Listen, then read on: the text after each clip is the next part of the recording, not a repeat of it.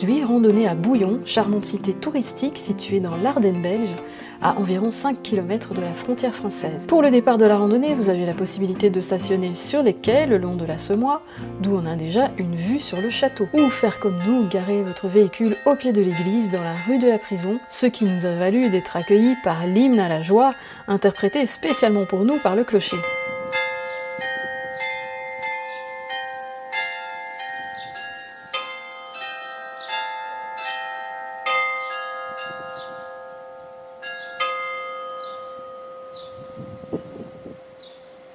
Depuis la rue de la Prison, où nous prenons déjà de la hauteur par rapport à la Semois, nous nous dirigeons vers le château.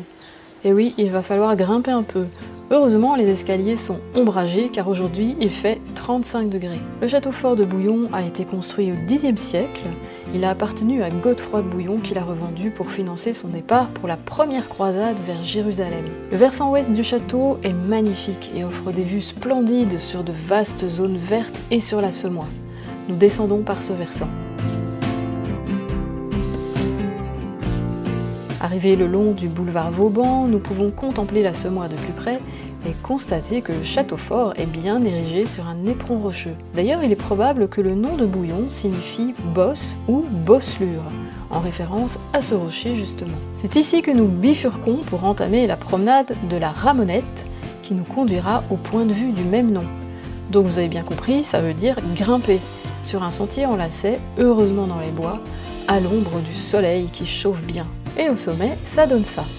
Une très belle vue sur la ville, sur la Semois et sur le château. Bon, comme d'habitude, les bruits de la vallée remontent, et d'ici, on entend très bien la circulation des voitures, et on entend même les gens qui discutent dans la cour du château. On continue dans les bois pour rejoindre l'arboretum, et là, ça devient enfin plus paisible. Sur le sentier feutré de l'arboretum, vous pourrez admirer de beaux spécimens centenaires, venus du Japon, du Canada ou encore du Liban. Ensuite, on redescend, et après avoir traversé un camping, on arrive en bord de Semois pour suivre le très agréable sentier l'Admirant.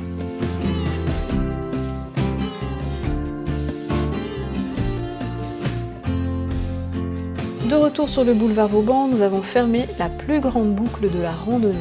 C'est alors qu'une marchande de glace passe à bicyclette. Nous ne résistons pas à une petite pause dégustation au bord de l'eau avant de traverser le pont et de passer de l'autre côté de la Semois. Pour entamer la dernière petite boucle, nous nous lançons sur le sentier Hunin, qui a été aménagé par des enfants d'école primaire, dans le but de préserver la biodiversité. Le sentier pédagogique nous ramène tout doucement vers la ville avec une dernière petite grimpette pour rejoindre la voiture. Bilan, une randonnée au point d'intérêt multiples avec la Semois et le château fort en fil rouge. À part la montée de la Ramonette qui est assez exigeante, le reste est sans difficulté. Le bon plan ? Vérifiez l'agenda des événements au château et combinez votre randonnée avec une manifestation.